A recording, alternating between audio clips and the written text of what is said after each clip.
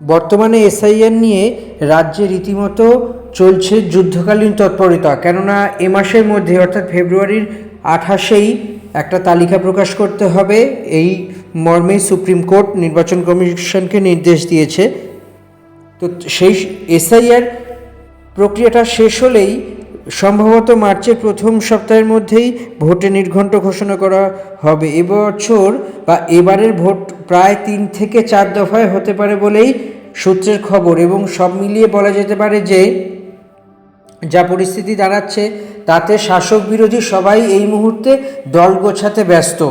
শাসক দল অর্থাৎ তৃণমূল কংগ্রেস তার শীর্ষ নেতৃত্ব অর্থাৎ অভিষেক বন্দ্যোপাধ্যায়কে নিয়ে রীতিমতোভাবে মমতা বন্দ্যোপাধ্যায় বৈঠক করছেন, এবং বৈঠকে পরবর্তী কী পদক্ষেপ হবে সেই পদক্ষেপ ঠিক করছেন, এবং বৈঠকে থাকছেন আইপ্যাকের কর্ণধার বা এই মুহূর্তে মমতা বন্দ্যোপাধ্যায় নির্বাচনী যে উপদেষ্টা সেই প্রতীক জৈনও থাকছেন, এবং বিভিন্ন মুহূর্তের বিভিন্ন জায়গার প্রার্থীদের বা যে সমস্ত নেতারা আছেন তাদের স্থানীয় অবস্থায় কীরকম কী ফিডব্যাক সেই সমস্ত দিয়েই সবাই প্রার্থী তালিকা চূড়ান্ত করার পথে এগিয়ে চলেছেন। যে সব মিলিয়ে বলা যেতে পারে প্রতীক জৈন এবং তৃণমূল কংগ্রেস মিলে এই মুহূর্তে ঝাড়াই বাছাই প্রক্রিয়ার মধ্যে আছেন। বিধানসভা ভোটে 294টা আসনে কাদের কাদের প্রার্থী করা হতে পারে বা কারা কারা প্রার্থী পদ পেতে পারেন, এইসব নিয়ে নানান আলোচনা এবং নানান জল্পনা চলছে। বলতে পারা যায় যে এই মুহূর্তে কয়েকটি যে হাই ভোল্টেজ কেন্দ্র আছে, হাই ভোল্টেজ কেন্দ্রের মধ্যে ভবানীপুর কেন্দ্রটি অত্যন্ত গুরুত্বপূর্ণ এবং অত্যন্ত হাই ভোল্টেজ বলেই মোটামুটিভাবে সবাই জানেন, কেননা এই কেন্দ্রটি মুখ্যমন্ত্রী মমতা বন্দ্যোপাধ্যায় তথা তৃণমূল নেত্রী মমতা বন্দ্যোপাধ্যায়ের কেন্দ্র।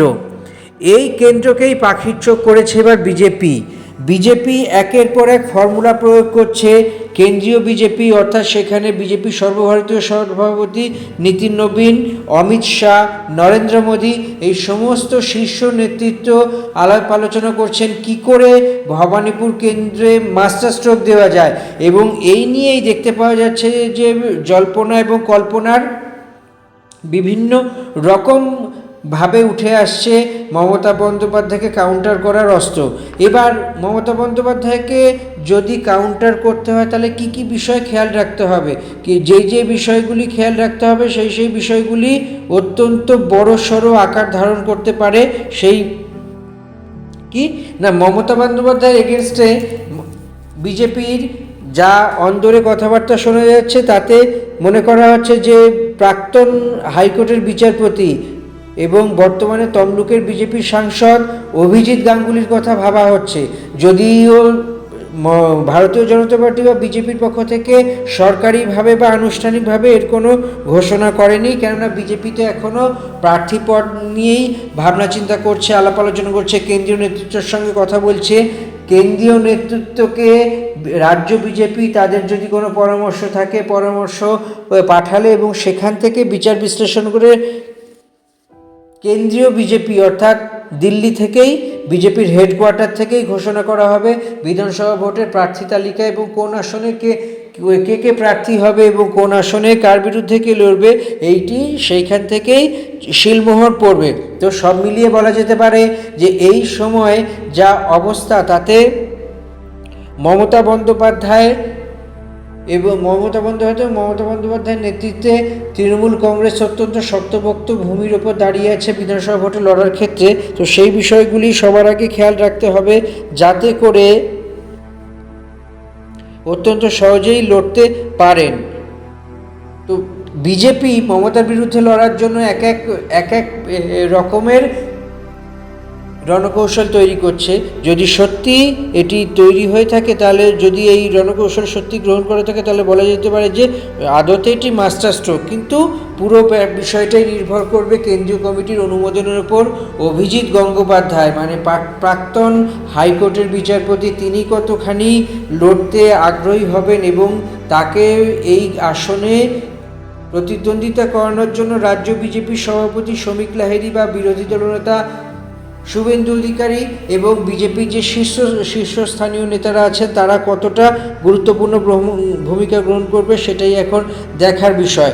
তবে ভোটে লড়ার জন্য তৃণমূল কংগ্রেসও পিছিয়ে নেই, একের পর এক স্ট্র্যাটেজি তৈরি করে যাচ্ছেন। মূলত এবারের ভোটের অত্যন্ত বড় অস্ত্র হতে চলেছে যুবসাথী। এই যুবসাথী প্রকল্পের মাধ্যমেই যুবক যুবতীরা প্রতি মাসে 1,500 টাকা করে অনুদান পাবেন, বা যেটাকে বেকার ভাতা বলে, বেকার ভাতা পাবেন। তো নির্বাচনে যাওয়ার আগে লক্ষ্মীর ভাণ্ডার সহ রাজ্য সরকারের বেশ কিছু সমাজ সুরক্ষামূলক প্রকল্প আছে, সেই প্রকল্পগুলো অন্ততভাবে কাজে লাগাবার চেষ্টা করবে এবং এবারের যুবসাথী বড়সড় হাতিয়ার হতে চলেছে। কিন্তু মমতা বন্দ্যোপাধ্যায়ের বিরুদ্ধে আগে বিজেপি রুদ্রনীল ঘোষ এবং প্রিয়াঙ্কা টেবরওয়ালকেও মমতার বিরুদ্ধে দাঁড় করিয়েছিলেন, কিন্তু তাতে কোনো লাভ হয়নি। এবার দেখা যাক অভিজিৎ গঙ্গোপাধ্যায়কে মমতার বিরুদ্ধে যদি বিজেপি দাঁড় করায় তাহলে কতটা লাভ হতে পারে, সেই কথা বলবে সময়ই। আপাতত এই ভিডিওটি এখানেই শেষ করব। ভিডিও যদি ভালো লেগে থাকে অবশ্যই চ্যানেলটি সাবস্ক্রাইব করে দিন, লাইক কমেন্ট শেয়ার তো করবেনই, মতামত দিন। আর অন্য কোনো ভিডিও দেখতে চাইলে অবশ্যই আমাদেরকে জানান, আমরা আপনাদের কাছে সেই ভিডিও নিয়ে আসবো। আমাদের পরের ভিডিওর জন্য অপেক্ষা করুন আর বেল আইকনটা ক্লিক করে দিন যাতে নোটিফিকেশান